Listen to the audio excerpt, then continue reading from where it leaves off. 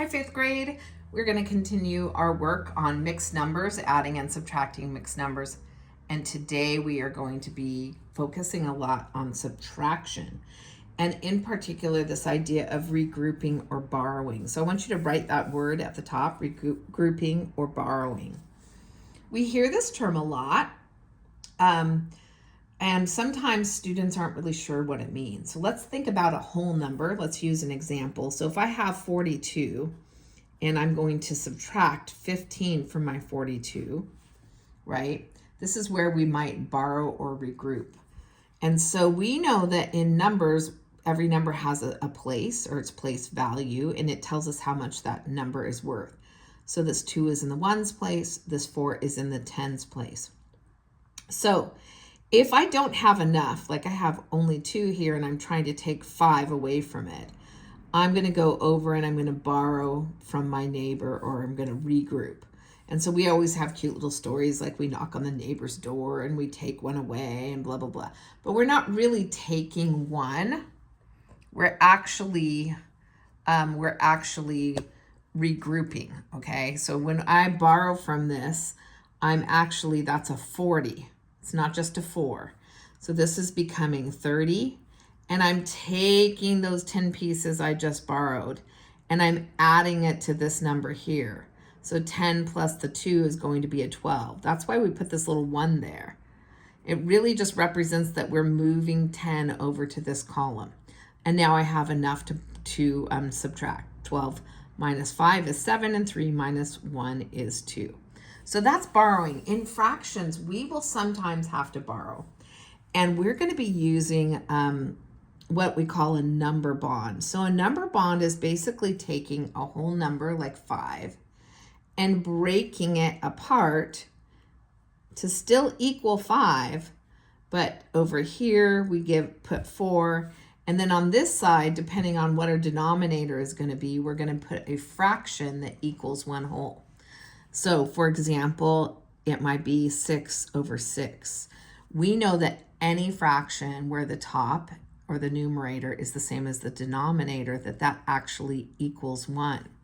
So essentially we're saying 5 can also be written 4, and then this fraction 6, which equals 1. So this still has the same value, still is worth 5. But part of it is a whole number and part of it is written as a fraction. So we're going to be using this today. Right up here, the words number bond. That's what we call this, is a number bond.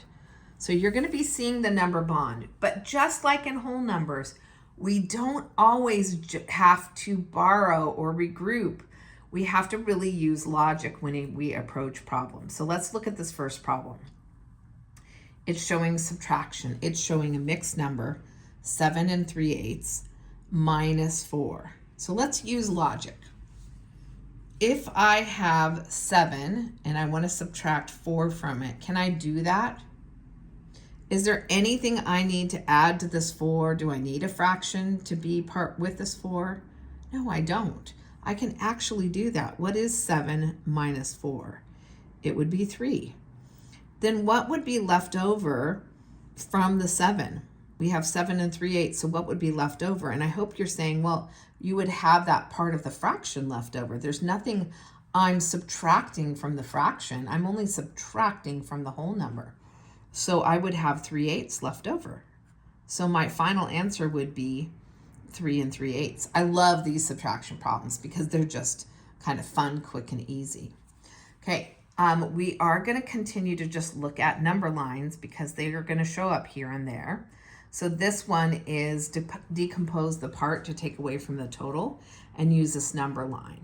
So let's look. So in our problem, we're starting at 6 and we're taking this amount away. And I'm going to show you 2 methods. I am going to show you the number bond method along with the number line. So I'm starting at my starting place is the number 6. So I'm going over here to the 6. I like to put just a little dot above it because sometimes it's easy to be confused. And if I'm starting to subtract, it's probably going to be easiest to first subtract this whole number before I do my fraction. On a number line, that's probably the easiest. So the first jump I'm going to make, because I'm subtracting, I'm going to go backwards because I'm going smaller, I'm going to make 2 jumps, right? Or a jump that's worth 2. So I'm going to jump back to the 4, right? So that right there is showing -2.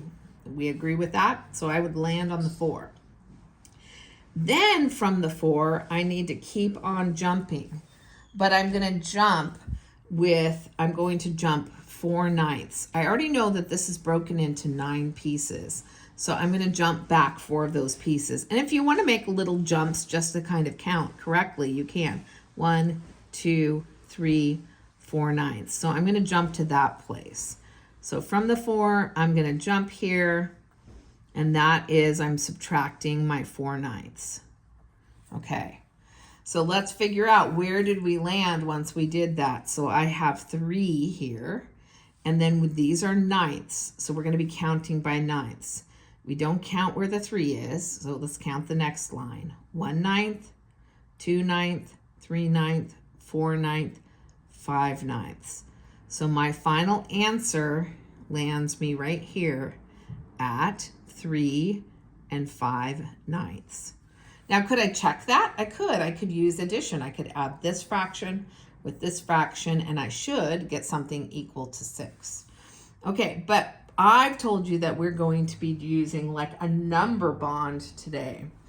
So let's do a problem that has a number bond. I know I said I'd do this one, but I just feel like I don't want this video to be too long. So let's jump down here, and we're going to actually use the number bond system here. Okay, are you ready? So we are going to take this 3, and I'm looking and I'm saying to myself, well, I've got 3 there, and I want to subtract 1 2/5. I'm subtracting with part of a fraction. It's a mixed number. I don't have any fraction to subtract from. This is a whole number. So this is where we're going to use our number bond. Okay, so let's go off to the side here and do some side work with this.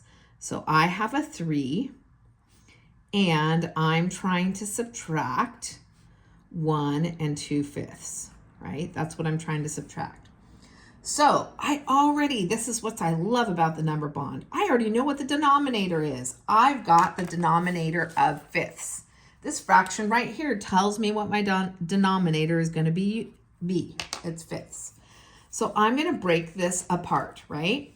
I'm going to put 2 over here, and I'm going to make a fraction that equals 1 whole.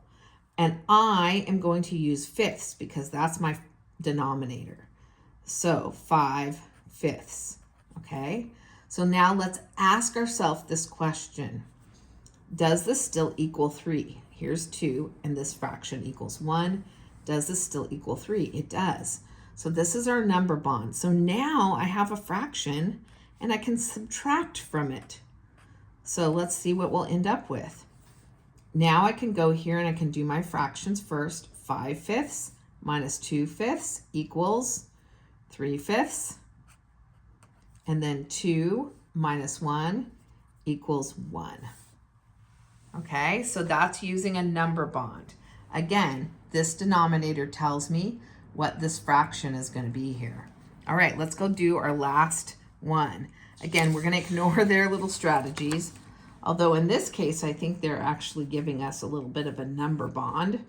But I'm going to ignore, because sometimes the fill in the blanks get a little confusing. So let's go over here and just do our own.